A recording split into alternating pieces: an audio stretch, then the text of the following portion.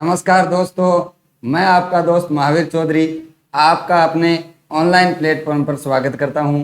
दोस्तों, कल हम पढ़ रहे थे राजस्थान में पश्चिमी मरुस्थल और पश्चिमी मरुस्थल में हम पढ़ रहे थे शुष्क मरुस्थल या महान रेतीला मैदान। उसमें हमने पढ़े थे बालूका स्तूपों के बारे में। तो कल हमने बालूका स्तूपों के बारे में पढ़ा था। आज हम बात करेंगे सबसे पहले जो बालूका स्तूपों के बारे में हमने पढ़ा था उनसे संबंधित बातें।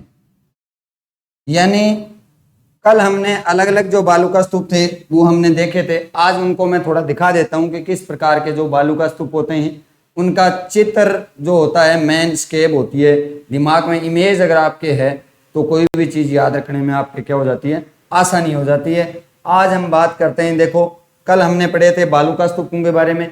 तो बालूका स्तूप यानी कल मैंने आपको बताया था कि अर्धचंद्राकार बालूका स्तूप तो इस प्रकार का होता है, ये अर्धचंद्राकार बालूका स्तूप। यानी ये आपको दिखाई दे रहा होगा, ये बरखान या अर्धचंद्राकार बालूका स्तूप हैं। उनकी अगर अपन बात करें इस प्रकार से, यानी ये जो अपने जो अर्धचंद्राकार बालूका स्तूप हैं ये आपको दिखाई दे रहे हैं अर्धचंद्राकार बालूका स्तूप। तो ये हवा की दिशा हो गई, इस साइड से इस दिशा में ये हवा चलती है और ये इसका क्या है, मुख है। यानी हवा की दिशा में मैंने आपको बताया था कि इसका ढाल है वो मंद होता है अर्धचंद्राकार बालूका स्तूप का। तो ये आपको दिख रहा होगा, यानी ढाल है इसका ये इस प्रकार, ये कम है। और इस साइड में खड़ा ढाल, अपन देसी भाषा में बोले खड़े ढाल हुए। खड़े ढाल को मतलब है एकदम ही मतलब है गहराई में जानो। तो यानी इस साइड में अपन देखा विपरीत दिशा में अगर बात करें अपन यानी हवा की दिशा के विपरीत में इसका क्या होता है, यानी जो ढाल होता है वो तीव्र होता है। ठीक है, तो ये चंद्राकार या अर्धचंद्राकार या बरखान जो बालूका स्तूप है इनकी स्थिति होती है। यहाँ पर आपको स्पष्ट रूप से दिखाई दे रहा होगा कि यहाँ पर कोई भी प्रकार की आपको वनस्पति दिखाई नहीं दे रही। इसका मतलब यहाँ पर ये जो बालूका स्तूप होते हैं ये चलायमान होते हैं या गतिशील होते हैं, एक आगे से आगे बढ़ते जाते हैं। तो यहाँ वनस्पति का अभाव पाया जाता है। और रेगिस्तान के मार्च में या रेगिस्तान के विस्तार में सबसे बड़ा जो योगदान होता है वो इन्हीं का होता है। ठीक है, नेक्स्ट बात करें अनुदैर्घ्य या रेखीय बालूका स्तूप। कल मैंने आपको बताया था ये समानांतर चलते हैं, समानांतर या रेखीय बोल सकते हो या समानांतर बोल सकते हो, सेम बात है। अनुदैर्घ्य या रेखीय बालूका स्तूप, ये देखो जिस दिशा में पवन जा रही है उसी के समरूप या उसी के अनुरूप है ये चलते हैं। जैसे इस प्रकार से ये हवाएं हैं, इनके समानांतर जो ये क्या है बालूका स्तूप होते हैं। तो ये बालूका जो स्तूप हैं ये कौन से, अनुदैर्घ्य। अब बात करते हैं अनुप्रस्थ बालूका स्तूप की, या अपन बोल सकते हैं समकोणीय बालूका स्तूप भी बोलते हैं, ये समकोण पर होते हैं। तो ये आपको दिखाई अलग से चिन्ह दिखा रखा है, ये दिशा है हवा की और इस दिशा में ये आपको दिखाई दे रहे होंगे इस प्रकार ये जो बालूका स्तूप हैं ये बने हुए, यानी इसके इस दिशा के ये क्या है, सामने बने हुए हैं। तो यानी इस प्रकार ये इसको अगर ये हवा आगे जाएगी तो इस प्रकार इसको काटेगी, तो इसलिए इसको क्या बोलते हैं, समकोण बोलते हैं। जैसे ये कोई रेखा है और इसको इस प्रकार से हवा छूती है तो ये क्या हो गया, समकोण हो गया। तो इस प्रकार ये क्या हो गया, बालूका स्तूप। तो ये हो गए अनुप्रस्थ बालूका स्तूप, समकोण बालूका स्तूप भी अपन कह सकते हैं इनको, या अपन कह सकते हैं यानी हवा के विपरीत जो बालूका स्तूप होते हैं उनको क्या कहते हैं, अनुप्रस्थ बालूका स्तूप। नेक्स्ट अपन ने बात की थी पैराम्बोलिक की। तो पैराम्बोलिक ये आपको दिखाई दे रहे होंगे, यानी एक साइड से क्या होते हैं, ये पतले होते हैं। कल मैंने आपको बताया था, जैसे अपन बात करें यहां से इस प्रकार इनकी आकृति होती है इस प्रकार। तो यानी एक साइड से ये क्या होते हैं, चौड़े होते हैं और दूसरी साइड से क्या होते हैं, नकुले होते हैं। तो इस प्रकार इनकी आकृति क्या है, सिंह के समान भी अपन कह सकते हैं। ये आपको यहाँ पर दिखाई दे रहा होगा, यानी जैसे जूम करके मैं आपको दिखाऊं,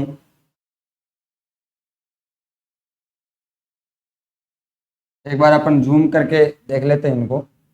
जैसे इस प्रकार ये आपको दिखाई दे रहा होगा हेयर पिन के समान। तो ये हेयर पिन के समान मतलब इसको क्या आकृति होती है। तो ये हो गए अपने अनुदैर्घ्य बालूका स्तूप। अब अपन नेक्स्ट अगर अपन बात करें तो हम बात करेंगे किसकी,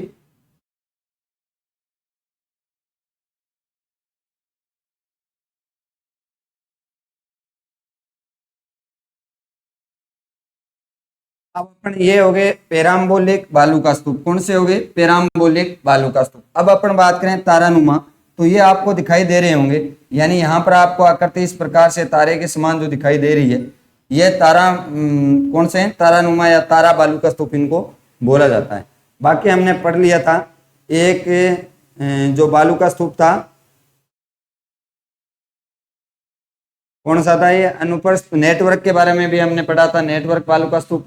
उनके बाद में हमने देखा था, यानी जो ये बालू का स्तूप थे, इनके किस प्रकार से क्या होती है एक यहाँ पर रह गया था लानोट बालू का स्तूप, यानी लानोट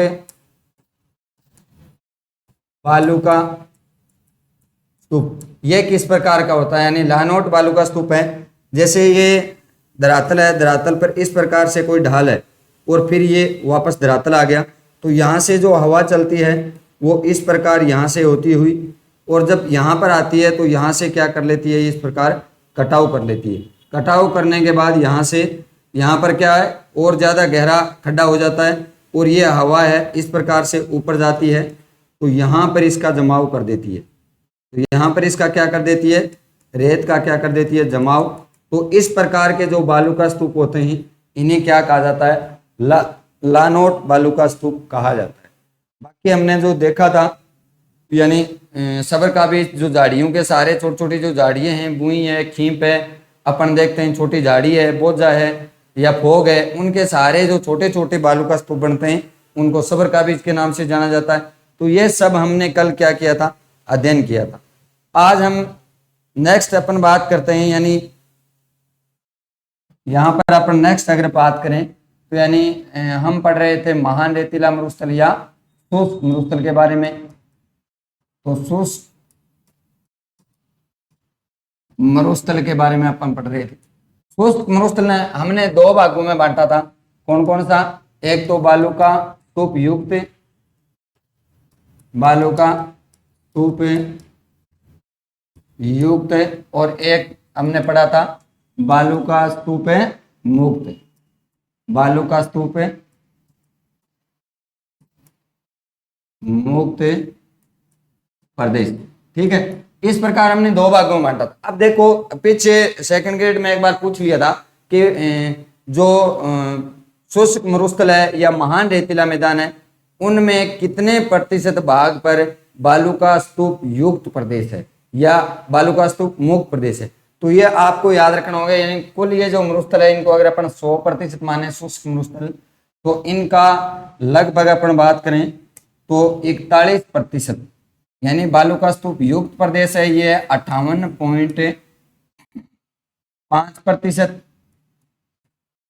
भाग पे ये फैला हुआ है। इनकी बात करें मुक्त प्रदेश की, तो ये है, ये 41.5% जो क्षेत्र है वो इनका इसमें है। ठीक है, तो बालू का स्तूप युक्त 58.5, बालू का स्तूप मुक्त है 41.5।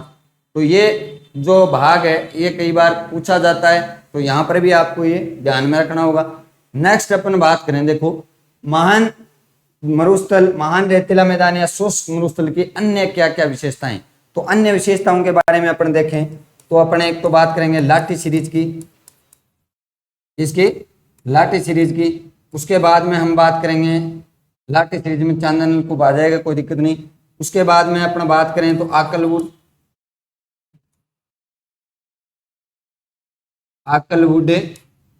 पार्क की बात करेंगे।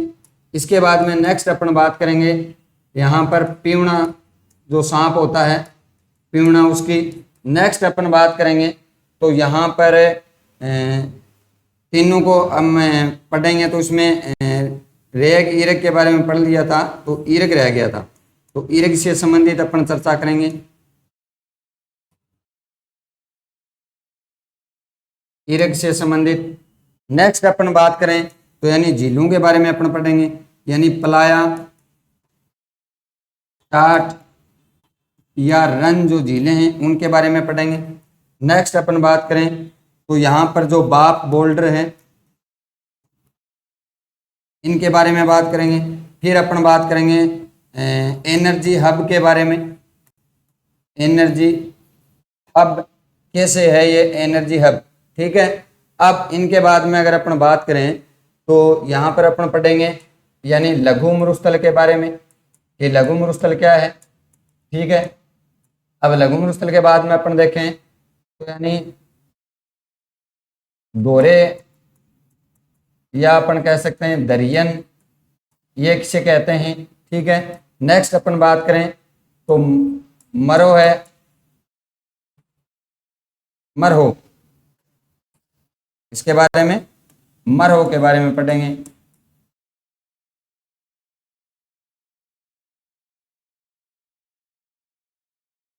मरहो क्या है या अपन पढ़ेंगे थल्ली के बारे में, ठीक है। नेक्स्ट अपन बात करें तो अपन पढ़ेंगे बालसन क्या है, बालसन के बारे में।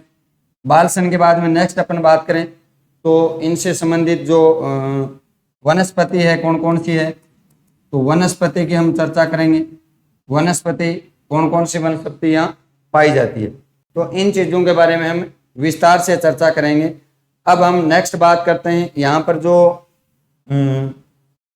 प्रेक्षण भी किए गए थे उनके बारे में भी मैं आपको बताऊंगा। तो ये जो मुख्य मुख्य बातें हैं ये हमें यहाँ पर देखेंगे। तो एक बार दोबारा बता देता हूँ, यहाँ पर अपन पढ़ेंगे लाठी सीरीज के बारे में।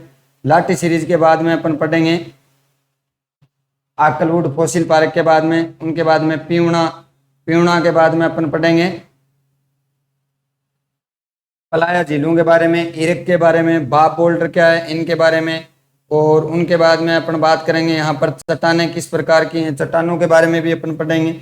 इनके बारे में, चट्टानों के बारे में, तो यानी चट्टानें भी हम पढ़ेंगे, चट्टानें किस प्रकार की हैं, पलाया झीलें, बाप बोल्डर क्या है, एनर्जी हब कैसे बना, लघु मरुस्थल क्या है, तो इन सब के बारे में अपन क्या करेंगे, चर्चा करेंगे। इसके बाद में अपने ये जो पूरा इनके बारे में विस्तार से पढ़ने के बाद में और नेक्स्ट अपन चर्चा करेंगे फिर यानी जो अर्ध शोषक बालू का स्तूप है उनके बारे में। तो सबसे पहले अपन बात करते हैं लाठी सीरीज के बारे में। सबसे पहले किन के बारे में बात करते हैं, लाठी सीरीज के बारे में, ठीक है। तो देखते हैं नेक्स्ट पेज पे अपन बात करें तो यहाँ पर अपन बात करते हैं लाठी सीरीज। अब बात करते हैं लाठी सीरीज क्या है। तो यानी लाठी सीरीज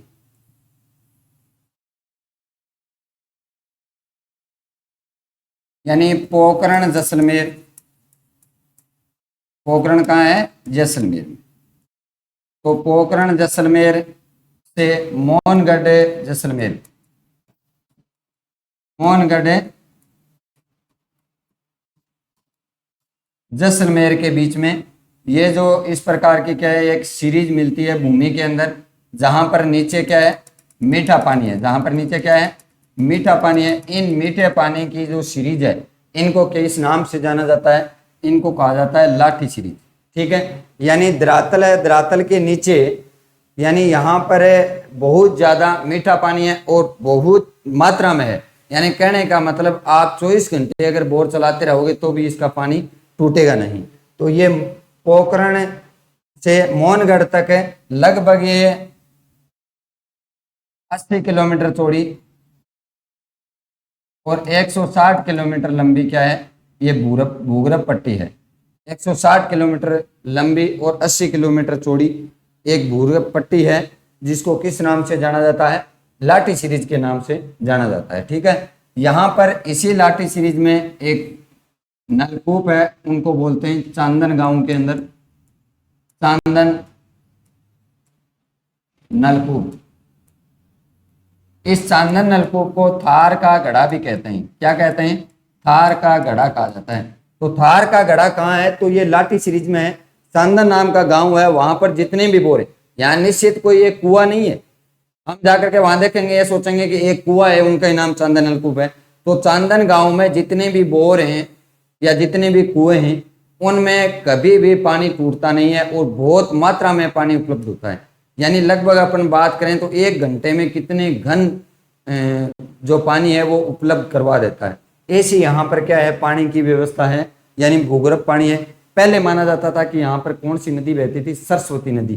तो यानी ये जो लाठी सीरीज है ये अवशेष किसका मानी जाती है, तो अवशेष की अगर अपन बात करें तो ये सरस्वती नदी का अवशेष मानी जाती है। इसका सरस्वती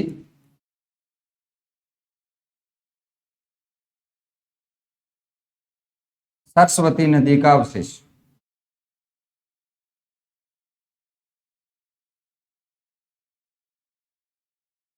तो सरस्वती नदी का अवशेष मानी जाती है। तो सरस्वती नदी पहले यहाँ पर बहती थी। इनकी भूगर्भ शास्त्रियों ने जानकारी दी है सरस्वती नदी को अभी इसको क्या गया है, जीवित नदी का दर्जा दिया गया है। जीवित नदी का दर्जा मिला है। जीवित नदी का मतलब यहाँ पर हम कोई प्रकार का खनन या इनको क्षति नहीं पहुंचा सकते हैं, तो इस प्रकार इसको जीवित नदी का क्या दे दिया गया, दर्जा दे दिया गया। तो सरस्वती नदी का अवशेष माना जाता है किसको, इस लाठी सीरीज को। अब बात करते हैं इस लाठी सीरीज पर। तो यहाँ पर जो घास है वो कौन कौन सी घास पाई जाती है, यहाँ पर क्या है, घास पाई जाती है। और जो फेमस जो घास है उनको बोलते हैं सेवण। सेवण के अलावा यहाँ कौन कौन सी है, तो यहाँ पर करड़, दामन आदि जो घास है वो पाई जाती है। यानी सेवण है, दामन है, करड़ है, इस प्रकार की घास है वो यहाँ पर अपने को मिलती है। तो सेवण घास की अगर अपन बात करें तो सेवण घास में क्या है, तुरमुर्ग जो है क्या अपने क्या देता है, अंडे देता है। तो यानी ये तुरमुर्ग सॉरी गोडावण, तो गोडावण हमारा क्या है, राजस्थान का राज्य पक्षी है। तो गोडावण की शरण स्थली माना जाता है। क्या माना जाता है, शरण स्थली। और गोडावण हमारा क्या है, राज्य पक्षी है। ये क्या है, हमारा राज्य पक्षी, ठीक है। तो गोडावण के जो शरण स्थली है वो लाठी सीरीज को माना जाता है। और लाठी सीरीज में ये सेवण घास में ज्यादातर रहते हैं, क्योंकि सेवण घास में ये क्या देते हैं, अपने अंडे देते हैं, ठीक है। तो इनसे संबंधित बात हो गई। अब बात करते हैं पोकरण की। तो पोकरण हमारा क्या है, वैसे भी हम पोकरण के नाम से बहुत ही वाकिफ हैं, क्योंकि यहाँ पर जो 2 परमाणु परीक्षण किए गए थे, यहाँ पर जो 2 परमाणु परीक्षण हुए थे, यानी पहला तो कब हुआ था, यानी ये हुआ था 18 मई 1978 को। पहला हुआ था 1978 को। और किसके समय हुआ था, इंदिरा जी के समय हुआ था। तो ये इंदिरा के समय लिख देते हैं। तो इंदिरा के समय ये क्या हुआ था, ये परीक्षण हुआ था, पहला परीक्षण। और इनका नाम क्या रखा गया था, इनका नाम रखा था बुद्ध मुस्कुराया, यानी बुद्धा स्माइल। क्या नाम रखा था, बुद्धा स्माइल। तो बुद्ध मुस्कुराए। अब बुद्ध कद मुस्कुराए भाई 18 मई 1978 ने पहलो परमाणु परीक्षण होया अपनू, यानी प्रथम परमाणु परीक्षण की अगर अपन बात करें तो कब हुआ था, ये 1978 को, 18 मई 1978 को। और जो दूसरा परमाणु परीक्षण था वो कब हुआ था, तो ये हुआ था 11 व 13 मई 1998 को। और इस समय थे अपने देश के प्रधानमंत्री अटल बिहारी और वाजपेयी जी। सबसे आज अपन बात करें सबसे जो सचेत या सबसे बढ़िया जो प्रधानमंत्री का मैं मेरी तरफ से मानूं तो मैं इन्हीं को मानता हूं, इन्हीं को आदर्श मानता हूं। ये बहुत अच्छे आदमी थे। तो यानी अटल बिहारी वाजपेयी के समय 11 और 13 मई को अपने क्या है, दूसरा परमाणु परीक्षण हुआ था, ठीक है। तो इस प्रकार से मतलब 2 परमाणु परीक्षण हुए थे हमारे यहाँ पर। अब बात करते हैं अपन नेक्स्ट। तो 2 परमाणु परीक्षण के बाद में बात की थी अपन ने लाठी सीरीज चांदा नलकूप के बारे में हमने बात कर ली। इसको क्या कहते हैं, थार का गड़ा कहा जाता है। यहाँ कौन सी घास पाई जाती है लाठी सीरीज में, सेवण घास, करड़ घास, दामन घास, इस प्रकार की यहाँ पर क्या है घास आपको मिलेगी। ये सेवण घास है, गोडाउन की शरण स्थली मानी जाती है, क्योंकि गोडाउन पक्षी है जो राज्य पक्षी हमारा, वो क्या देता है, अंडे देता है। तो इस प्रकार हम बात करें, ये लाठी सीरीज से संबंधित बातें हुई। अब देखो नेक्स्ट अपन बात करें तो गोडाउन पक्षी के बारे में आपको थोड़ा दिखा देता हूं।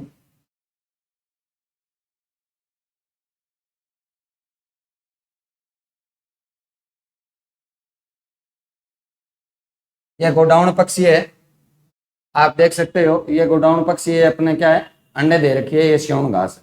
तो यानी ये सेवण घास के अंदर अपने क्या देता है, अंडे देता है। तो ये हमारा क्या हो गया, गोडाउन जो हमारा राज्य पक्षी है ये है गोडाउन। ठीक है, तो ये आपको ध्यान में रहना चाहिए। इनके बाद में नेक्स्ट बात करें तो यानी इस प्रकार ये जो दोहरे हैं वास्तव में हमारे जैसलमेर के अंदर जाकर के देखें तो सेम टू सेम ऐसे मिलेंगे आपको, कहीं भी सम के अंदर वनस्पति नहीं है, सिर्फ रेत, बालू, रेत ही रेत यहां पर आपको दिखाई दे रहे हैं। देखो ये हवा की दिशा है, ये क्या है, ये हवा की दिशा है इस प्रकार। तो यानी हवा की दिशा में तो ये क्या होते हैं, थोड़े कटाव होता है, और दूसरी दिशा में इसका ढाल क्या हो, खड़ा ढाल होता है, और दूसरी दिशा में ये जो रेखाएं बनती हैं, ये जो रेखाएं हैं इनको क्या कहा जाता है, इन्हें कहते हैं मर्रो।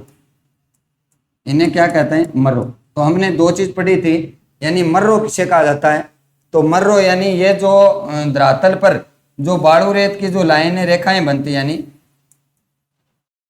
बालू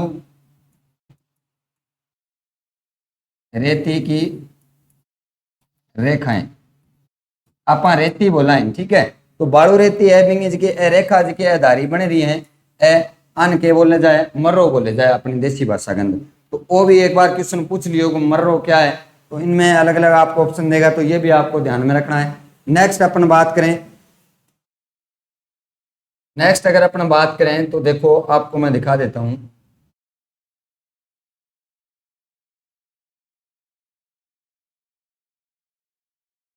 इस प्रकार ये जो दोहरे हैं ये आपको जो दिखाई दे रहा है, ये अर्धचंद्राकार बालू का स्तूप का आप रूप देख सकते हो। तो यहां पर अपन लिखें तो ये क्या है,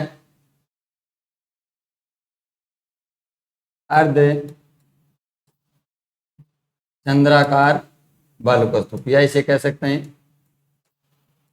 बरखान बालू का। ठीक है, तो ये हो ही गया। इसके बाद में नेक्स्ट अपन बात करें, ये देखो इस प्रकार मतलब है वनस्पति कहीं दिखाई नहीं देती है, जैसे ये टिल्लियों की ये इस प्रकार से क्या बन जाती है, परत सी बन जाती है। तो ये अगर बाद में अगर अपन देखें ऊपर से तो ये नेटवर्क के समान दिखाई देते हैं। ये देख लो आप, जाल के समान दिखाई दे रहे हैं, तो इसे हम कह सकते हैं नेटवर्क बालू का स्तूप। ये किस प्रकार के बालू का स्तूप है, तो नेटवर्क बालू का स्तूप है ये नेटवर्क बालू का स्तूप है। यानी इनका जाल सा आपको ऊपर से जब अपन सैटेलाइट से देखते हैं तो ये किस प्रकार दिखाई देते हैं, यानी नेटवर्क के समान या जाल के समान दिखाई देते हैं, इसलिए इसे क्या बोला जाता है, नेटवर्क बालू का स्तूप बोला जाता है। नेक्स्ट अपन बात करें, ये देखो इतनी प्यारी प्यारी इन पे रेखाएं बनी हुई हैं, और इस प्रकार से ये अलग अलग प्रकार के जो मतलब बालू का स्तूप हैं, ये जब आंधियां चलती हैं तो आगे से आगे, आगे से आगे इसका क्या हो जाता है, जैसे ये पहले ये था, पहले यहाँ था, उसके बाद में ये स्थानांतरित होकर के यहाँ आ गया, उसके बाद में यहाँ आ गया, और यहाँ से स्थानांतरित होकर यहाँ आ गया, और यहाँ से स्थानांतरित होकर यहाँ आ गया। तो ये एक प्रकार से इस प्रकार जो ये चल रहा है, ये अपन कह सकते हैं रेगिस्तान का मार्च। रेगिस्तान का मार्च बोल सकते हैं हम। यानी इस प्रकार जो हवाएं चलती हैं, इनके साथ साथ ये जो बालू का स्तूप है ये आगे से आगे, आगे से आगे, आगे से आगे बढ़ते जाते हैं, जिससे रेगिस्तान का क्या होता है, विस्तार होता है। और इसी रेगिस्तान के विस्तार को क्या कहा जाता है, रेगिस्तान मार्च कहा जाता है। ठीक है, अब अपन नेक्स्ट बात करिए। इमेज क्यों दिखा रहा हूं आपको, क्योंकि जो चीजें हम जिसकी तस्वीर देखते हैं, जैसे अपन किसी आदमी के बारे में परिचित होते हैं कि इनका नाम क्या है, हनुमान प्रसाद है या राकेश है, जब उनकी इमेज अपन सामने देख लेते हैं तो वो अपने बहुत ज्यादा याद रहती है। इसीलिए मैं आपको ये एक एक इमेज आपके लिए लेके आया हूं मैं, और आपको दिखा रहा हूं। अब अपन नेक्स्ट बात करें, देखो इसमें सैलानी भी आते हैं इस प्रकार है, ऐसे का सैलानी आवे विदेशी वे आठा बहुत ज्यादा एंजॉय महसूस करें। और ए देखो अपनी रेत, अपना देश राजस्थान है, वो आपका निरालो है, वास्तव में रंगीलो ही है। अरे यहाँ बात बात का की है कि आठ है जहाँ सैलानी आवे, और सैलानिया देखने आ रहा है नहीं, वह भी बहुत जाए अपना स्थानीय है, ऐसे सैलानी है बात देखने का तरह की है कि बेड़ा हो गए जाएंगे आज अपने सैलानी डायमंड देख लें। अरे तो आ देखने की आदत की है कि अपनी बनेड़ी है, तो यही प्रकार का की है कि पर्यटक, तो पर्यटकों की है अपने बहुत ज्यादा फायदो है। ये फायदो है कि आवे जो अपन किन की देगे जाए, चाहे वो पीसो मान लो और चाहे और चीज मान लो, किन की अपन की है देगे जाए, तो आऊँ अपने की लाभ हुआ है। ठीक है, तो यहाँ अपने दोरांगा में भी घूमन खातर आवे, आगे रेत देखी को नहीं हुए, तो ए रेत देखने खातर है, आप दोरा देखने खातर है कि सैलानी आपने हटावे। तो ज्यादा गोरू ना देखो, सैलानी आपने कैमरा में कर थारकन को नहीं आवे, हटे ही रहना है। बहुत गोरू देख रहे हो ना, कोई बात को नहीं। देखो टाइम है, आपको किया कि समय हुआ, समय गमा की है कि अगर ते बढ़िया पढ़ लेगा तो ठीक है, नहीं है फिर की है कि सैलानी देखने देखने में रह जाऊगा तो रह जाऊगा। ठीक है, तो वहाँ सैलानियों पर ज्यादा ध्यान ना दे करो, थोड़ा पढ़ाई में भी ध्यान दे करो, सागे सागे एंजॉय भी होना चाहिए, सागे सागे पढ़ाई भी होनी चाहिए। दोनों काम सागे रखे करो, दोनों हाथों में लाडू रखे करो। कदे यहाँ सैलानियों पर ध्यान देगे, आपने खराब ना कर लियो सिस्टम में। मेरी तो आ ही रहा है थाने, बाकी तारी सोच है। देखो कि कोई चीज है बांध के तो आप राख कौन सा। ठीक है, तो इन प्रकार में आप बात करा नेक्स्ट है। तो नेक्स्ट पेज की अपन बात करें तो देखो यहाँ पर अपन पढ़ रहे थे जैसे लाठी सीरीज के बारे में। नेक्स्ट अपन बात करें लाठी सीरीज के बाद में, तो यहाँ पर मैंने आपको बताया था, यानी लाठी सीरीज के बाद में बात करते हैं अपन आकलवुड फॉसिल पार्क। तो यहाँ पर मैं आपको तस्वीर सहित ही बता देता हूँ, यानी ये जो आपको दिखाई दे रहा है ये हमारा जो जीवाश्म पार्क है, इनका नाम है आकलवुड फॉसिल पार्क। तो यहाँ पर अपन बात करें तो ये क्या है, ये है आकलवुड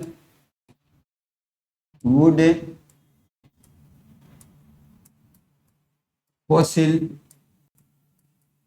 पार्क। ये आकलवुड फॉसिल पार्क कहाँ है, ये जैसलमेर में है। कहाँ है, जैसलमेर में। तो दोस्तों ये आकलवुड फॉसिल पार्क है, ये क्या है, ये वनस्पति का जीवाश्म है। क्या है ये, वनस्पति का जीवाश्म। तो यहां पर मैं आपको बता देता हूं, ये आकलवुड फॉसिल पार्क क्या है, ये वनस्पति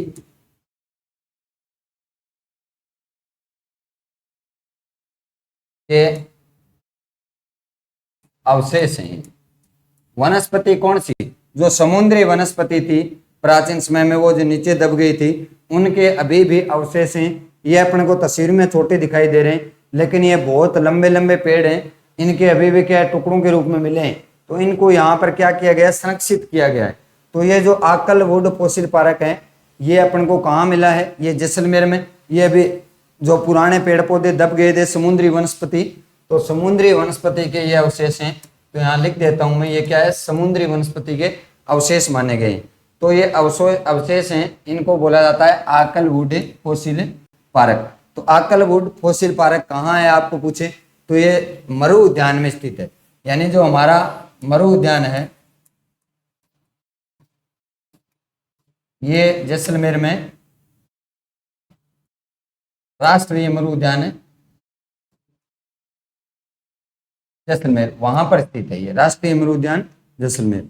तो यानी इस प्रकार ये हमारे क्या दर्शा रहा है, ये बता रहा है कि ये पहले हमारा जो राजस्थान रेगिस्तान था, ये रेगिस्तान किसका अवशेष था, ये टेथी सागर का अवशेष था। इनका ये प्रमाण हमें मिला है। ये जो लकड़ी जो मिली है, समुद्री वनस्पति जो मिली है दबी हुई, उनके प्रमाण ही ये सिद्ध करते हैं कि पहले यहाँ पर रेगिस्तान की जगह क्या था, टेथी सागर था। तो ये टेथी सागर के अवशेष मिले हैं। तो ये हो गया हमारा आकलवुड फॉसिल पार्क।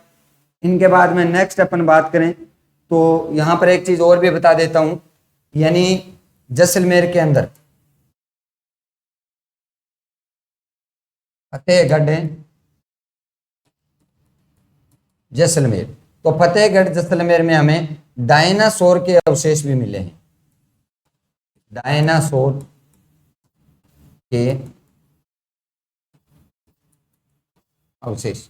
तो आपको पूछ ले राजस्थान में डायनासोर के अवशेष कहां से प्राप्त हुए, तो फतेहगढ़ जैसलमेर से प्राप्त हुए।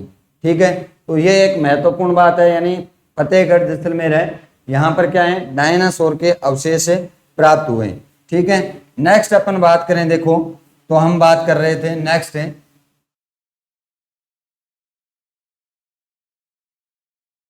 पीवड़ा सांप की बात कर रहे थे अपन, पीवड़ा सांप है। तो पीवड़ा सांप के बारे में नेक्स्ट पेज पे अपन बात करेंगे। तो यहां पर बात करते हैं अपने पीवड़ा सांप। ये पीवड़ा सांप है, ये रात के समय क्या है, नींद में मनुष्य की अमांस के साथ जहर छोड़ता है। समझ में आ गई थारा बात के? पहले आपने भी होता है एरिया के अंदर, लेकिन अब को नहीं आते, ए भी नाम मात्र का ही बच्चे हैं। ठीक है, तो पीवड़ा है जो नाम मात्र का यानी विलुप्त के अंदर आ गया है अभी, यानी धीरे धीरे क्या है, ये विलुप्त प्राणी की श्रेणी में आ गया है पीवड़ा सांप। ये क्या करता था, जैसे रात को क्या करता था, रात को जैसे कोई सोया हुआ है, ठीक है, तो कोई यहाँ चारपाई पर सोते हो तो नहीं, यहाँ वो सुती हुआ बाइड इंग छाती पर बैठ गए और यहाँ फण तान के धीरे धीरे मुंडे के अंदर क्या कर तो जहर टपकान तो इन तरीकों पीवड़ो सांप है वो भी आप के धरोहर है। ठीक है, वर्तमान में वो क्या विलुप्त होते जा रहे हैं। तो पीवड़ो सांप अपन पूछे तो यानी जो शुष्क मरुस्थल है वहां पर जैसलमेर के और बाड़मेर का जो राष्ट्रीय मरु उद्यान है वहां पर अपने को मिलते हैं। तो इस प्रकार हम बाकी अपन बात करेंगे राष्ट्रीय मरु उद्यान में। अब नेक्स्ट अपन बात करें तो यहाँ पर बात करते हैं अपने जो आपको चट्टानी मरुस्थल मैंने आपको बताया था, यानी 3 प्रकार के जो आपको बताए थे मैंने। एक तो बताया था मैंने हममादा क्या है, एक हमने देखा था हममादा, और दूसरा अपन बात करें तो अपन ने पढ़ा था रेग के बारे में। किसके बारे में? रेग के बारे में। और तीसरा है वो है इर्ग। ये तीनों ही चीज क्या हैं, अलग अलग हैं, आपको याद रखनी है। हममादा क्या है, आपको पूछे रेग क्या है, इर्ग क्या है, तीनों के बारे में। अब तीनों के बारे में यहाँ पर आपको बता देता हूँ। जैसे इस प्रकार से हमने पढ़ा था ये, यानी पथरीला मरुस्थल कहाँ से, पोखरण से लेकर इधर अपन बात करें फलोदी की, और यहाँ पर अपन बात करें बालोतरा की। तो बालोतरा जो जिला है, फलोदी जो जिला है, और पोखरण जिला है, यहाँ पर जो पथरीला मरुस्थल है, तो यहाँ पर जो पथरीला मरुस्थल है उसे मतलब क्या कहा जाता है, इसी पथरीला मरुस्थल को क्या कहा जाता है, अम्मादा कहा जाता है। ठीक है, तो यानी एक चीज तो क्लियर होगी कि अम्मादा क्या है, ये यहाँ पर जो तीनों के बीच में जो मरुस्थलीय यानी जो पहाड़ी युक्त या कंकरीला या पथरीला जो मरुस्थल फैला हुआ है वो किस नाम से जाना जाता है, अम्मादा के नाम से जाना जाता है। अब अम्मादा जो ये क्षेत्र है यहाँ पर सबसे ज्यादा क्या है, यानी तेल या अपन कह सकते हैं पेट्रोलियम पदार्थ प्राप्त हुआ है। तो पेट्रोलियम पदार्थ यहाँ से क्या है, प्राप्त हुआ है। तो यह हो गया हम्मादा। नेक्स्ट अपन बात करें हम्मादा के बाद में, तो यानी बात करते हैं अपने रेग की, इर्ग की कर लेते हैं और रेग की भी कर लेते हैं। तो रेग क्या है, यानी ये जो मरुस्थल है कौन सा, हम्मादा, इनके चारों ओर ये चट्टानी मरुस्थल, इसको बालू का स्तूप मुक्त प्रदेश भी बोला जाता है। बालू का स्तूप मुक्त प्रदेश है, जहां पर बालू का स्तूप नहीं है। जहां पर क्या है, बालू का स्तूप नहीं है। तो बालू का स्तूप नहीं है तो क्या है, तो यहाँ पर बालू का स्तूप न होकर के क्या है, यहाँ पर पथरीला मरुस्थल है, इसलिए इसको बोला जाता है बालू का स्तूप मुक्त प्रदेश। और ये जो चट्टाने हैं इनको कहा जाता है हम्मादा। तो यहाँ पर हमें सबसे ज्यादा जो क्षेत्र है ये तेल और पेट्रोलियम पदार्थ यहाँ पर मिले। तो यहाँ पर जो इस प्रकार जो रेत है, ठीक है, इनके चारों ओर रेत भी फैली हुई, और ये नहीं है भी कोई चीज है तो एकदम से पथरीले के बाद में रेत आ गई। तो उसमें कई जगह क्या है, मिश्रण होता है इनके चारों तरफ, इनके चारों तरफ मिश्रण होता है। किसका, ये जैसे बालू रेत है, बालू रेत का और पत्थर का, जैसे इसमें बड़े बड़े क्या हैं, पत्थर है, ठीक है, इसमें बीच बीच में क्या है, जैसे पत्थर है। तो ये पत्थरीला और अपन कह सकते हैं कंकड़ पत्थर है। तो कंकड़ पत्थर से युक्त ये जो इसे कहते हैं रेग। इसमें अपन रेग की बात करें तो यानी कंकड़ पत्थर युक्त रेतीला क्षेत्र। तो यानी कंकड़ पत्थर युक्त, यानी अम्मादा के चारों ओर कंकड़ पत्थर युक्त और साथ में बालू का रेत का भी जमाव पाया जाता है। इस प्रकार का जो क्षेत्र है इसे क्या कहा जाता है, रेग कहा जाता है। इसे क्या कहा जाता है, रेग कहा जाता है। अब बात करते हैं अपन नेक्स्ट इर्ग की, इसकी बात करते हैं इर्ग की। तो इर्ग की अगर अपन बात करें तो इर्ग क्या है, तो यानी इसके चारों ओर जितना भी है यहाँ पर जो मरुस्थल है यानी बालू का स्तूप युक्त, यानी टिल्लों से युक्त, अपन सीधी देसी भाषा में लिख देते हैं टिल्लों से युक्त मरुस्थलीय क्षेत्र, ये क्या कहलाता है, ये इर्ग कहलाता है। ठीक है, तो इर्ग, रेग और हम्मादा में आपको अंतर समझ में आ गया होगा। पथरीला जो मरुस्थल है उसको हम्मादा कहा जाता है, जहां पर पथरीला और रेतीला दोनों का मिश्रण है, यानी ये पत्थर जहां पर कंकड़ पत्थर भी पाए जाते हैं और बालू का रेत, उन दोनों का जो मिश्रित जो क्षेत्र है, यानी अपन कह सकते हैं यहाँ पर यानी क्या है, मिश्रित क्षेत्र है। रे क्या है,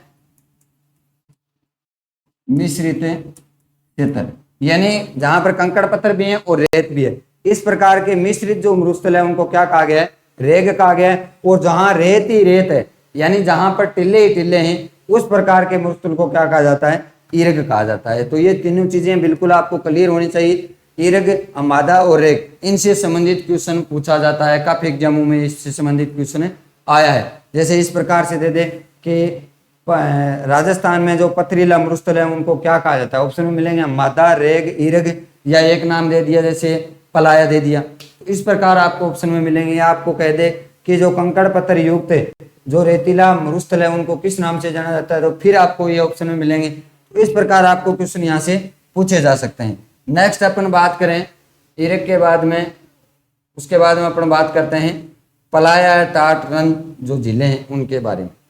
तो अब बात करते हैं अपन पलाया, टाट, या अपन कह सकते हैं रन, ये क्या है।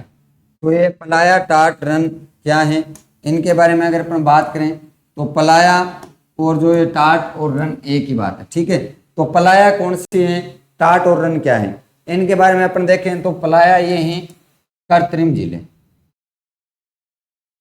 पलाया की अगर अपन बात करें तो पलाया क्या है, कृत्रिम झील, ये एक प्रकार के यानी कृत्रिम झील है। ये क्या है, कृत्रिम झील है।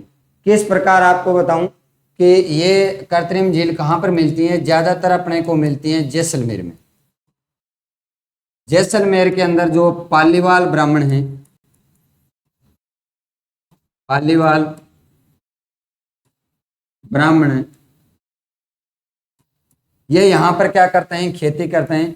और जो ये पालीवाल ब्राह्मण खेती करने के लिए जो अपने खेत की जो निची भूमि होती है वहां पर ये क्या कर देते हैं, इसके आगे बंदा मार देते हैं, अपने देसी भाषा में बोला तो, यानी चारों मेर क्या कर दें, अपने रेत की क्या है दीवार सी खड़ी कर दें। तो बिंग जी ही अपने बारिश होएगी, इन तरीकों जिया थाने बताऊं मैं।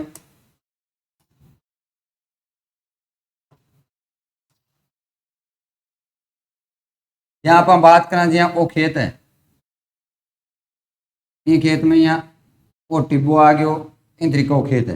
तो एक ये काम करेगा कि जिये बारिश होएगी, जिया वो पानी है, वो पानी आओगे तो आटे के कर देंगे, बंदो मार देना, तो वो पानी की आटे इकट्ठो हो जाओ, अटके हो जाओ, इकट्ठो हो जाओ। यहाँ इंज को पानी है, इंज अठज की झील बनाए, बी झील ने के कहें कृत्रिम झील है, तो पलाया झील बोले जाए। ठीक है नहीं, तो यानी ये जो खेत है, इस खेत के अंदर इस प्रकार जो कृषि के लिए जो पानी इकट्ठा किया जाता है, यानी आगे बंदा मार करके या मेड़ बना करके, तो उस प्रकार की जो ये यहाँ पर बारिश के समय क्या है पानी इकट्ठा हो जाता है, तो उसे यानी कृत्रिम, इस प्रकार की कृत्रिम झील को क्या कहा जाता है, पलाया या रन कहा जाता है। नेक्स्ट अपन बात करें टाट या रन क्या है। टाट या रन है, इससे बोलते हैं ये अस्थायी प्राकृतिक झीलें हैं। अस्थायी प्राकृतिक झील किसे बात करें हम, अस्थायी प्राकृतिक झील की, तो यानी यहाँ पर अगर अपन बात करें, जैसे एक खेत है, खेत में इस प्रकार हमारे टिल्ले होते हैं और ये दूसरा टिल्ला हो। अब जैसे ही बारिश होगी तो बारिश में यहाँ पर क्या है, जैसे बारिश का पानी है वो यहाँ आ जाएगा और इस साइड से बारिश का पानी है वो बह करके यहाँ पर, तो यहाँ पर ये क्या है, इकट्ठा हो जाता है। यहाँ पर बारिश का पानी क्या है, इकट्ठा हो जाता है। इस प्रकार यहाँ पर ये क्या बन गई, झील। तो इस प्रकार की झीलों को क्या कहा जाता है, पलाया या रन कहा जाता है। यानी दो टिल्लों के बीच में जब बारिश के समय पानी इकट्ठा होता है तो इसे क्या कहा जाता है, पलाया या नहीं, टाट या रन कहा जाता है। ठीक है, तो ये अस्थायी झीलें होती हैं। जैसे बारिश का समय समाप्त होता है तो यहाँ पर ये सूख जाती हैं। सूखने के बाद में यहाँ पर जो इसकी तली होती है, यहाँ पर जो कृषि की जाती है, यहाँ पर क्या की जाती है, तली में कृषि भी की जाती है। तो इस प्रकार ये अस्थायी झीलें होती हैं। अगली बार जरूरी नहीं यहाँ पर बने, अगली बार दूसरी जगह बन जाती हैं, तो इनका कोई स्थायी निश्चित स्थान नहीं होता है, इसलिए इसको अस्थायी प्राकृतिक झीलें बोला जाता है, क्योंकि ये अपने आप बनी हुई होती हैं और बारिश के समय यहाँ पर पानी इकट्ठा हो जाता है। ठीक है, तो इस प्रकार ये जो झीलें हैं, यहाँ पर क्या है, जैसे जैसे पानी कम होता जाता है, जैसे जैसे पानी कम होता जाता है, जैसे हम मानते हैं कि यहाँ तक पानी रहा है, यहाँ तक, ठीक है, तो जैसे इतना ही पानी रहा है तो ये पानी लास्ट में क्या हो जाता है, ये जल अत्यधिक क्या हो जाता है, नमकीन हो जाता है, अत्यधिक नमकीन हो जाता है। और ये अपन बात करें अस्थायी प्राकृतिक झीलें, तो ये खारे पानी की होती हैं। अब खारे पानी की आप कहोगे सर खारे पानी की कैसे होती हैं, तो खारे पानी की इसलिए होती हैं क्योंकि आप कहोगे बरसात का पानी है सर, फिर खारे पानी की कैसे होगी, क्योंकि बारिश का पानी जब यहाँ से आता है बह करके टिल्लू से, तो इसमें अपन कह सकते हैं 33 सागर का अवशेष है। तो हमारी भूमि के अंदर क्या है, लवणीय पदार्थ हैं, वो घुल करके क्या आ जाते हैं, पानी में मिल जाते हैं, जिससे ये पानी क्या हो जाता है, बरसात का होते हुए भी खारा हो जाता है। तो ये खारी झीलें होती हैं। और लास्ट में यहाँ पर जो नीचे की जो मिट्टी बचती है, यहाँ पर लोग क्या करते हैं, कृषि भी करते हैं। और ये अत्यधिक क्या है, लास्ट में जब बहुत कम पानी बचता है तो ये बहुत ज़्यादा क्या हो जाता है, खारापन महसूस हो जाता है इसमें, तो यानी खारा हो जाता है। इस प्रकार जो पलाया जिले हैं वो तो कृत्रिम जिले हैं, जैसलमेर में पाई जाती हैं, और पालीवाल जो ब्राह्मण हैं उनके द्वारा तैयार की जाती हैं। और ये टाट या रन है, ये प्राकृतिक अस्थायी जिले हैं। इन्हें खारे पानी की जो जिले हैं इन्हें क्या कहा जाता है, पलाया या टाट या रन कहा जाता है। और यहाँ पर ये क्या है, खारे पानी की झीलें होती हैं। अब अपन एक चीज यहाँ पर और भी मैं आपको बता देता हूँ, जैसे अपन यहाँ पर बात करें, ये तो हो गया टिल्लों के बीच में अस्थायी झील, यानी जो दोहरे हैं उनके बीच में जो झीलें बनती हैं। अब अपन कहें दो जैसे पहाड़ियाँ हैं, ये पहाड़ी है और ये यहाँ पर, तो ये मान लेते हैं पहाड़ी है, और यहाँ पर ये भी क्या है, पहाड़ी है, पहाड़ी।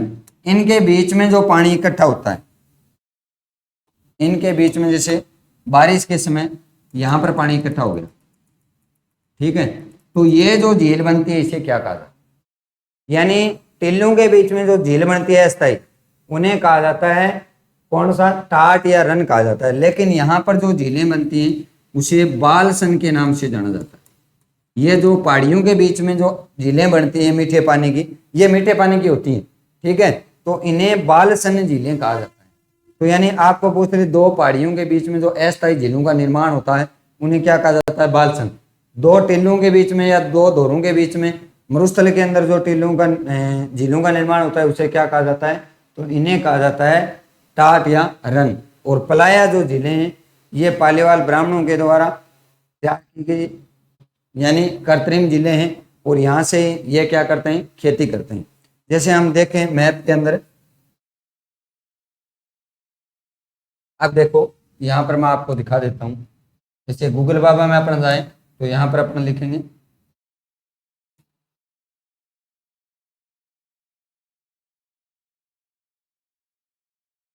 आया जी, ये आगे प्लाय अभी आ जाएंगे। इमेज की अगर अपन बात करें, ये देखो इस प्रकार ये पलाया जो झीलें हैं, ये झीलें इस प्रकार बन जाती है। अगर अब अपन बात करें, देखो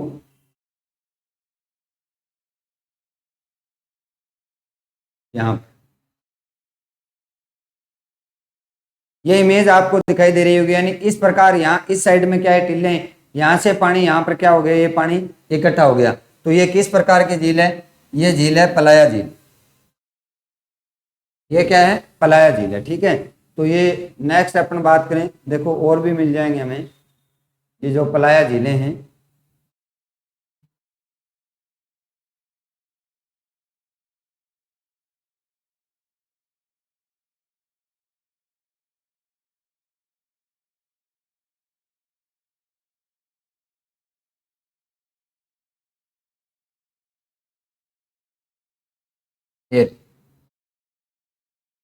ये आपको दिखाई दे रही होगी, ये पलाया झील है। यानी पलाया झील का मतलब ये जो झील है ये वास्तव में यहाँ पर जो टीले हैं, एक बार इनको यहाँ पर आपको चित्र में दे देता हूँ।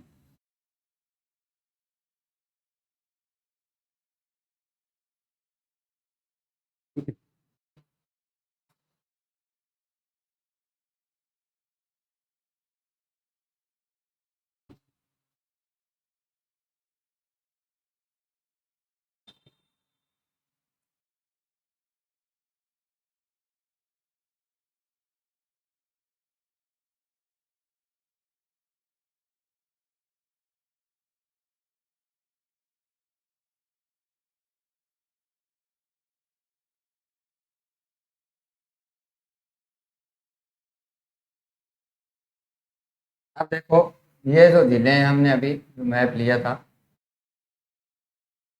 ये जो झील है ये क्या है, पलाया झील है। तो यहाँ पर अपन देख सकते हैं जैसे यहाँ से पानी दोरे हैं, इन दोरों से क्या है पानी इस प्रकार से ये जो पानी है, इस प्रकार से ये पानी यहाँ आकर के क्या हो जाता है, इकट्ठा हो जाता है।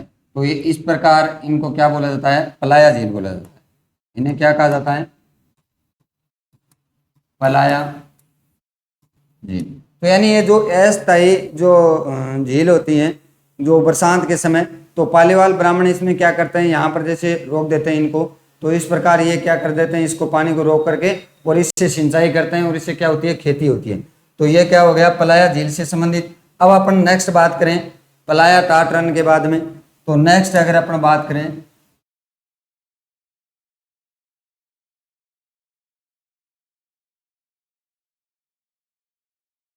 बाप बोल्डर के बारे में बात करते हैं, या लघु मरुस्थल के बारे में आपको बता देता हूं। तो यानी बाप बोल्डर क्या है, पहले अपन क्या कर लेते हैं, बाप बोल्डर के बारे में चर्चा करते हैं।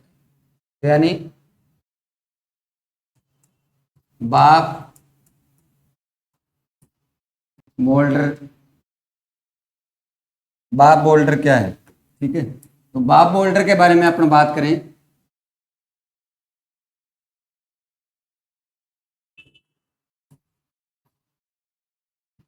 क्या हो गया, मच्छी मक्खरा मक्खी आ गई क्या कोई,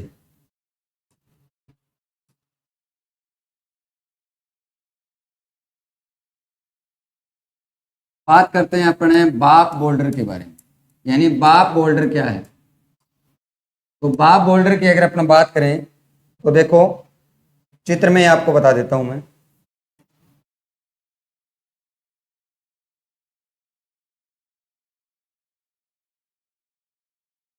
इमेज है नहीं शायद, ये जो आपको दिखाई दे रहा है इनका नाम है हमादा।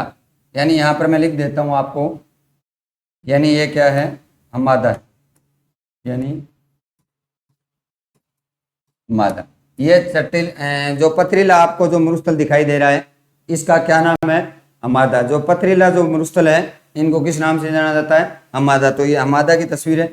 इनके बाद में अपन बात करें, नेक्स्ट अपन बात कर रहे थे किसके बारे में,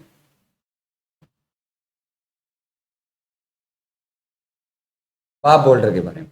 तो यानी बाप बोल्डर क्या है, बाप बोल्डर की अगर अपन बात करें तो इस प्रकार से यहां पर क्या हो जाता है,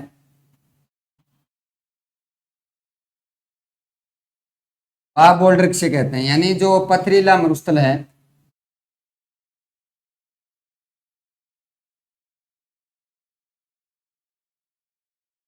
मरुस्थल में बड़े बड़े गोलाकार पत्थर होते हैं। यानी जो मरुस्थल है उसके अंदर बाप बोल्डर, बाप आपको पता होगा फलोदी के अंदर आता है, फलोदी जो नया डिस्ट्रिक्ट बनाया है उसमें बाप जो क्षेत्र है उस बाप के अंदर अपन देखेंगे तो यानी जो मरुस्थल है, मरुस्थल के ऊपर बड़े बड़े गोल गोल पत्थर आपको दिखाई देंगे, और वो जो बड़े बड़े गोल गोल पत्थर हैं उनको क्या कहा जाता है, बाप बोल्डर कहा जाता है। तो इस प्रकार जो बड़े बड़े गोलाकार जो पत्थर हैं वो किस क्षेत्र में पाए जाते हैं, बाप। और बाप ये क्षेत्र की अगर अपन बात करें तो ये कौन से जिले में है, फलोदी जिले में है। तो फलोदी बाप के अंदर जो बड़े बड़े पत्थर पाए जाते हैं मरुस्थल के ऊपर उसको कहा जाता है बाप बोल्डर। और ये अवशेष किसके माने गए हैं, अगर ये अपन बात करें तो अवशेष, तो ये अवशेष नदी या समुद्र के अवशेष माने गए हैं, नदी या समुद्र के अवशेष माने गए हैं। क्यों, क्योंकि अपन बात करें जैसे ये नदी के अंदर आप कहीं नदी देखी होगी तो उसमें जैसे पत्थर पानी के साथ रन करते हैं तो वो क्या हो जाते हैं, गोल हो जाते हैं। जियाँ गोल गोल छोटा छोटा पत्थर हुए वह भी तरीका का जो मतलब अगर अपन बात करें बड़े रूप में बात करा तो वह का पत्थर है वह भी इनकी इकट्ठा हो जाए। जियाँ आप बात करा कि जियाँ वो आपनो रेतीलो मरुस्थल है, वो आपनो रेतीलो मरुस्थल है। तो ये मरुस्थल की अगर अपना बात करा तो इन अंदर फिर इन अंदर की है गोलाकार बड़ा बड़ा पत्थर है, इन तरीके की भूमि है बिने कटा बाप के अंदर है। बाप की बात करें तो बाप कटा फलोदी, तो यानी फलोदी में जो बड़े बड़े जो पत्थर हैं उनसे युक्त जो मरुस्थल है उनको कहा जाता है बाप बोल्डर, और ये अवशेष माना जाता है समुद्र का। तो ये बाप बोल्डर अपन देखें तो एक प्रकार से ये सिद्ध करता है कि हमारा जो मरुस्थल है वो पहले क्या था, 33 सागर था। ठीक है, तो यानी इस प्रकार बाप बोल्डर कहाँ कहाँ है, तो अगर अपन बात करें इनके क्षेत्र की तो इनका जो क्षेत्र है वो है बाप व बादूरा, और ये दोनों ही कहाँ हैं, फलोदी जिले में। तो यानी बाप और बादूरा के अंदर जो बड़े बड़े पत्थर पाए जाते हैं और उनसे युक्त जो मरुस्थल है उनको कहा जाता है बाप बोल्डर। ठीक है, तो आपको पूछे बाप बोल्डर कहाँ स्थित है तो आपको बताना है फलोदी में। ठीक है, अब नेक्स्ट अपन बात करें इनके बाद में, तो नेक्स्ट अपन बात करते हैं इनसे संबंधित है लघु मरुस्थल से संबंधित। तो नेक्स्ट अपन बात करते हैं लघु मरुस्थल से संबंधित। अब बात करते हैं लघु मरुस्थल क्या है, लघु मरुस्थल किसे कहा जाता है। तो यानी अगर अपन बात करें लघु मरुस्थल की तो जैसे ये भारत का मैप है इस प्रकार, ठीक है, तो यहाँ पर ये जो राजस्थान की सीमा है यहाँ पर है कच्छ। ठीक है, तो यहाँ पर क्या है, कच्छ है।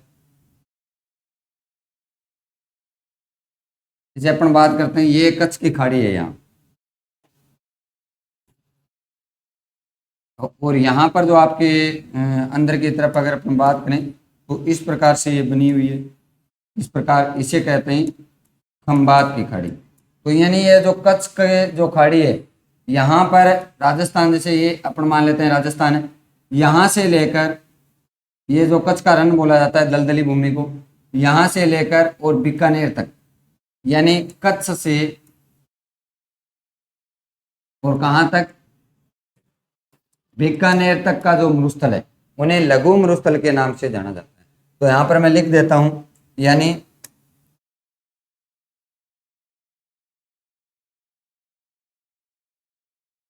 कच्छ गुजरात से लेकर बीकानेर तक का पश्चिमी मरुस्थल लघु मरुस्थल कहा जाता है। ठीक है, समझ में आ गया बात। यानी लघु मरुस्थल क्या है, तो लघु मरुस्थल किसे कहा जाते हैं, यानी लघु मरुस्थल का फैला हुआ है वो कच्छ से लेकर के बीकानेर तक जो पश्चिमी सीमा के सारे जो फैला हुआ मरुस्थल है उन्हें लघु मरुस्थल के नाम से जाना जाता है। तो अपनी बात हो गई लघु मरुस्थल की। अब लघु मरुस्थल आपके समझ में आ गया होगा, उसके बाद में नेक्स्ट बात करते हैं अपने थल्ली। थल्ले या दोहरे क्या है, तो दोहरे तो अपने को सबको मालूम ही होगा, तो यहीं पर बता देता हूं मैं इस साइड में। यानी बात करते हैं अपन थल्ली। ये थल्ली क्या है? थल्ली की अगर अपन बात करें तो थल्ली है ये जो मरुस्थल में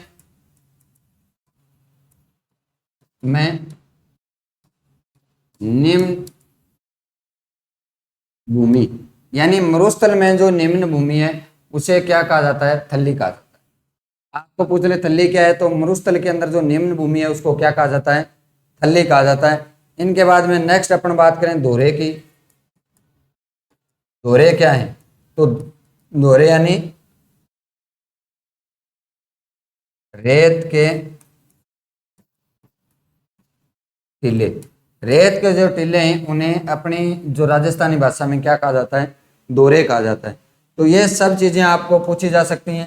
नेक्स्ट अपन बात करें तो अपन बात करते हैं यहाँ पर चट्टानों की, यानी यहाँ पर किस प्रकार की चट्टानें हैं। तो अगर बात करें यहाँ पर अपन चट्टानों की, चट्टानों की बात करें तो यहाँ पर दो ज्यादातर पश्चिमी जो मरुस्थल है, पश्चिमी मरुस्थल में चट्टानों की बात करें तो अवसादी चट्टानें ज्यादातर पाई जाती हैं। और जो अवसादी चट्टानें हैं इनका जमाव ज्यादा पाया जाता है। तो अवसादी चट्टानों से हमें क्या प्राप्त होता है? इनसे हमें कोयला व पेट्रोलियम पदार्थ प्राप्त होते हैं। पेट्रोलियम पदार्थ मिलते हैं। तो पेट्रोलियम पदार्थ और कोयला है ये कहाँ से प्राप्त होते हैं? अवसादी चट्टानों से प्राप्त होते हैं। तो अवसादी चट्टानें पश्चिमी राजस्थान में आपको चट्टानों के बारे में पूछे कि यानी महान मरुस्थल के अंदर कौन सी चट्टानें पाई जाती हैं, तो ये चट्टानें पाई जाती हैं, इनका नाम है अवसादी चट्टानें। तो ये चट्टानों से संबंधित हो गई। अब अपन नेक्स्ट बात करते हैं, यानी ये हमारे दौरों से संबंधित जो कहानी है वो हमारी पूरी हो गई। अब हम नेक्स्ट बात करते हैं अपने शुष्क मरुस्थल की। ये जो चित्र आपको दिखाई दे रहा है ये पलाया झील का अपन कह सकते हैं, ये पलाया झील है। यानी दोनों तरफ क्या है? बालू का स्तूप में बीच में जो पानी इकट्ठा हो जाता है वो उससे क्या की जाती है? कृषि की जाती है। और ये नमकीन झील होती है, अस्थायी झील होती है, ठीक है। तो इस प्रकार हम कह सकते हैं कि ये जो क्षेत्र है ये हमारा हो गया लघु मरुस्थल, अपन कह सकते हैं शुष्क मरुस्थल या विशाल रेतीला मैदान। नेक्स्ट अपन 2 नंबर पर अगर अपन बात करें तो आ जाता है अर्ध शुष्क मरुस्थल। क्या आ जाता है? अर्ध शुष्क। यहाँ पर मैं आपको दोबारा बता देता हूं। जैसे बात करें अपन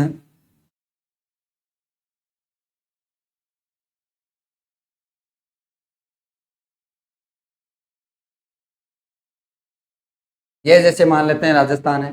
राजस्थान में यहाँ पर अपन बात करें तो ये जो रेखा है ये 50 सेमी वर्षा रेखा है। क्या है? 50 सेमी वर्षा रेखा।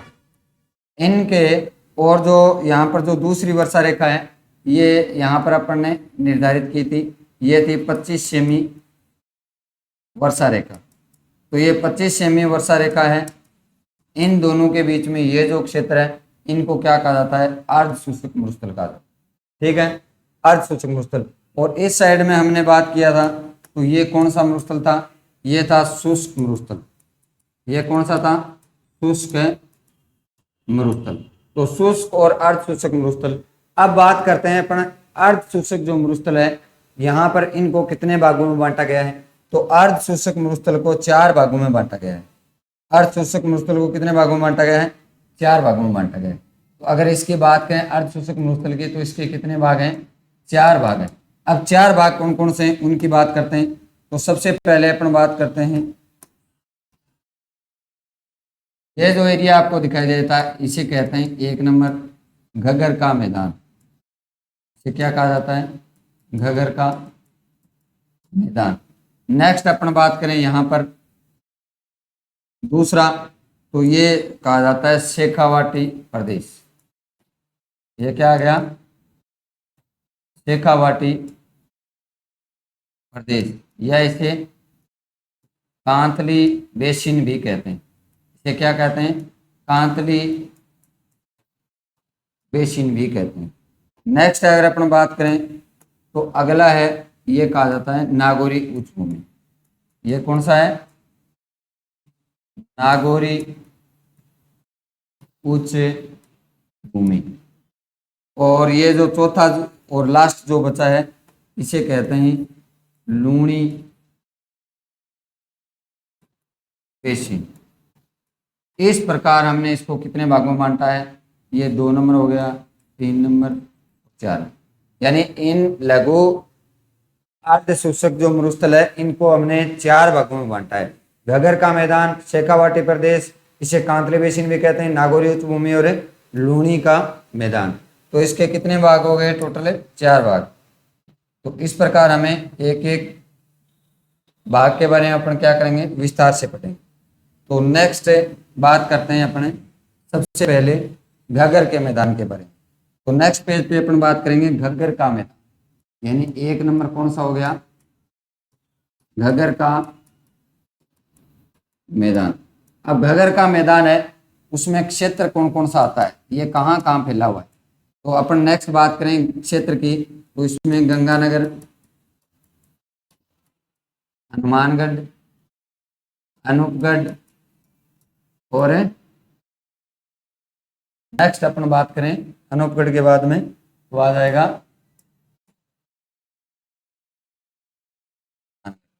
ये जो 3 जो जिले हैं ये किस में आते हैं? घग्गर के मैदान में आते हैं।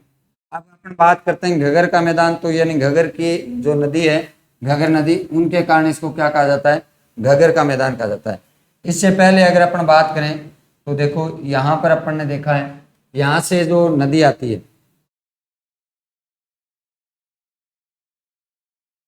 यहाँ से इस प्रकार जो नदी आती है ये हनुमानगढ़, हनुमानगढ़ से अनूपगढ़ होती हुई और इस प्रकार ये क्या है? पाकिस्तान में चली जाती है। तो इस नदी का नाम क्या है? घग्गर नदी कहा जाता है। घग्गर नदी को मर्त नदी भी कहते हैं, नाड़ी भी कहते हैं, ये इसके अलग अलग नाम है, वो अपन नदियों के अंदर पढ़ेंगे। लेकिन फिलहाल अपन को बात यह करनी है कि इनके चारों ओर जो मैदानी भाग है इनको कहा जाता है घग्गर का मैदान। तो घग्गर का मैदान है वो अर्ध शुष्क मरुस्थल का ही भाग है। तो यहाँ पर अपन बात करते हैं घग्गर के मैदान के बारे में। तो घग्गर का मैदान है, अब यहाँ पर बात करें, यहाँ पर जो मिट्टी है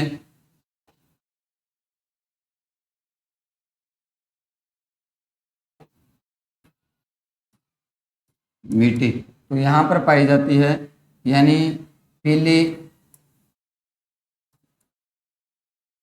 पूरी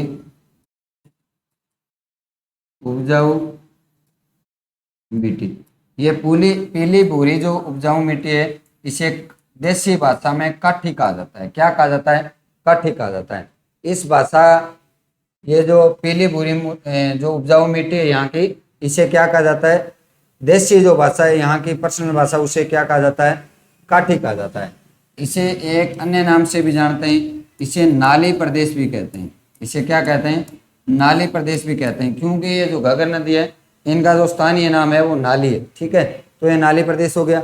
यहाँ पर अपन बात करें तो यहाँ जो ये जो एरिया है घग्गर का मैदान, यहाँ पर बहुत ज्यादा अन्न उत्पादन होता है। गंगानगर और हनुमानगढ़ हैं, उनको अन्न का कटोरा कहा जाता है। तो अन्न का कटोरा हल्दी,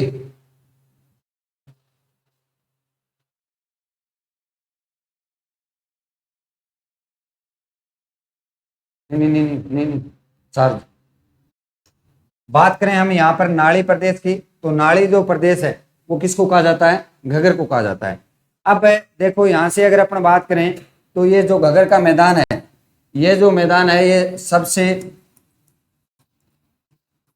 बड़ा अन्न उत्पादक क्षेत्र है। इसका कारण क्या है? यानी सबसे बड़ा अन्न उत्पादक क्षेत्र है, इसका कारण क्या है? कारण है यहाँ पर यानी IGNP, इंदिरा गांधी नहर परियोजना, प्लस में गंग नहर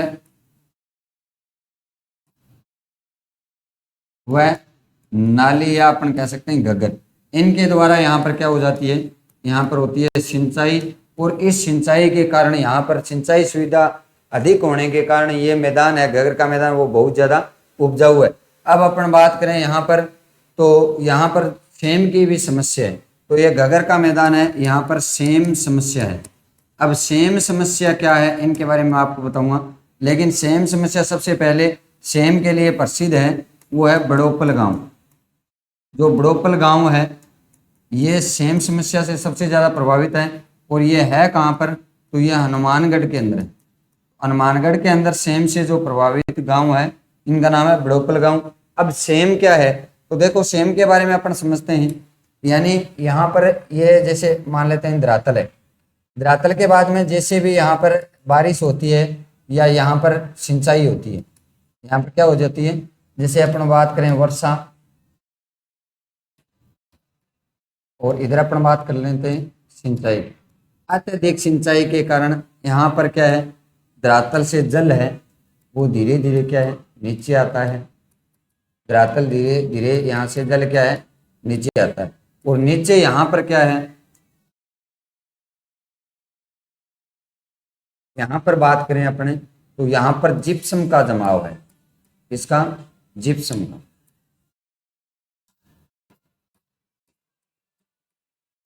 जिप्सम का क्या है, जमाव। अब देखो ये पानी यहाँ पर आ जाता है, यहाँ पर आने के बाद में ये पानी नीचे नहीं जा पाता। नीचे नहीं जा पाने के कारण ये क्या है, धीरे धीरे ये क्या है, ऊपर इसका लेवल क्या है, वापस ऊपर की ओर इसका लेवल बढ़ना शुरू हो जाता है। और बाद में ये धीरे धीरे अपने क्या है, ये इस जमीन के ऊपर रहना शुरू हो जाता है। यानी जमीन का जो लेवल है वहां पर अत्यधिक सिंचाई और वर्षा के कारण क्या है, नीचे आता है। नीचे किसका जमाव है, जिप्सम का जमाव है। और जिप्सम इसको क्या है, नीचे नहीं जाने देता है। ये जो पानी है इसको नीचे नहीं जाने देता है। तो ये पानी धीरे धीरे इसका लेवल बढ़ता है और एक दिन ये क्या करता है, जैसे धरातल है उसके ऊपर ठहरना शुरू हो जाता है। तो उससे क्या होता है, उससे हमारी भूमि है वो बंजर हो जाती है। तो इससे हमारा क्या प्रभाव पड़ता है,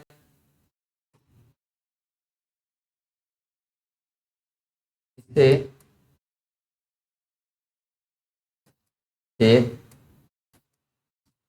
बंजर हो जाते हैं। ठीक है, तो इससे क्या हो जाते हैं, खेत बंजर हो जाते हैं। क्यों होते हैं, क्योंकि ये जो पानी है जब धीरे धीरे ऊपर आता है तो इनके साथ जो लवणीय तत्व हैं वो भी घुल करके ऊपर आ जाते हैं। और इस प्रकार यहाँ पर जो लवणीय तत्व हैं वो यहाँ पर जमा हो जाते हैं।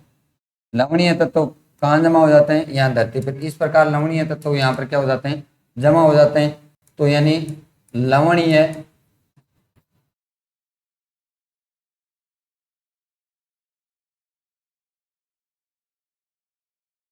लवणीय पदार्थ जमा हो जाते हैं। लवणीय पदार्थ जमा होने के कारण यहाँ पर मिट्टी की जो उपजाऊ क्षमता है वो खत्म हो जाती है। उपजाऊ क्षमता कम होने के कारण यहाँ पर क्या हो जाती है, सेम की समस्या से भूमि है वो बंजर हो जाती है। तो ये हमारी ये सेम की समस्या है। अब सेम समस्या के लिए इनके लिए बचाव की अगर अपन बात करें तो इनका जो बचाव है वो, अगर पौधे की बात करें अपन, अगर अपन बात करें पौधे की, तो यहाँ पर अगर बचाव की बात करें तो पौधा होता है यहाँ पर सफेदा। सफेदा जो है ये यहाँ पर लगाया जाता है। क्यों लगाया जाता है सफेदे को, क्योंकि सफेदा पानी का बहुत ज़्यादा अवशोषण करता है। कहते हैं कि दिन में 15 से 20 लीटर पानी डेली ये क्या कर लेता है, सोख लेता है। तो यानी ये सेम समस्या से बचने के लिए यहाँ पर क्या किया जाता है, सफेदे को लगाया जाता है। अब सफेदा है उसको पर्यावरण का दुश्मन भी कहा जाता है। अब पर्यावरण का दुश्मन कहा जाता है। अब पर्यावरण का दुश्मन इसे क्यों कहा जाता है, देखो क्योंकि इनके जो पत्तियां हैं वो प्लास्टिक की तरह होती हैं। जो जमीन में ये पत्तियां हैं ये सड़ती नहीं है, गलती नहीं है। जैसी भाषा में बोल रहा हूँ, तो ये पत्ती हैं वह गणे को नहीं बांगे किया खाद कौन बने, वह प्लास्टिक की तरह बन जाए, बिंग कारण भी भूमि की है बंजर हो जाए। तो यानी यहाँ अगर एक समस्या सोलो हुई तो दूसरी समस्या पैदा होगी कि ए भी किया है धरती ने नुकसान पहुंचाए। तो सफेदों का मतलब कारण है। और एक आता है सेम समस्या से बचाव के लिए जीका परियोजना भी चलाई गई थी। क्या, कौन सी परियोजना, जीका परियोजना।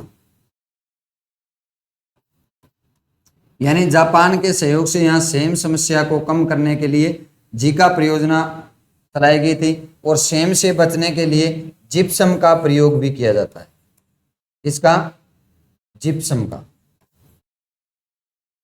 तो यानी जिप्सम का प्रयोग भी किया जाता है। ठीक है, तो सेम समस्या से बचाव के लिए और किसका प्रयोग किया जाता है, जिप्सम का प्रयोग किया जाता है। ठीक है, तो इस प्रकार हम बात करें घगर के मैदान की, तो घगर का मैदान का जो क्षेत्र है वो कहाँ कहाँ है, गंगानगर, अनूपगढ़ और हनुमानगढ़।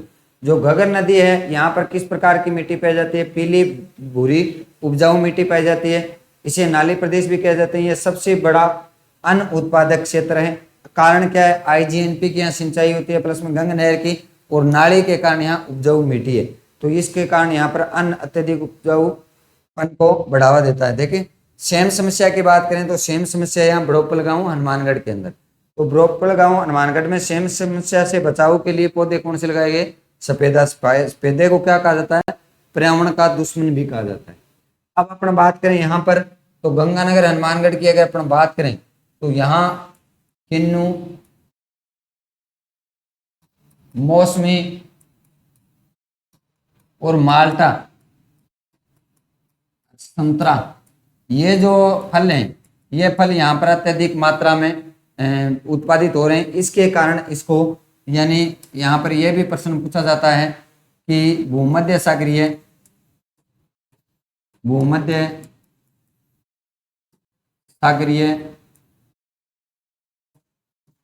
जलवायु के समान कौन सा क्षेत्र है,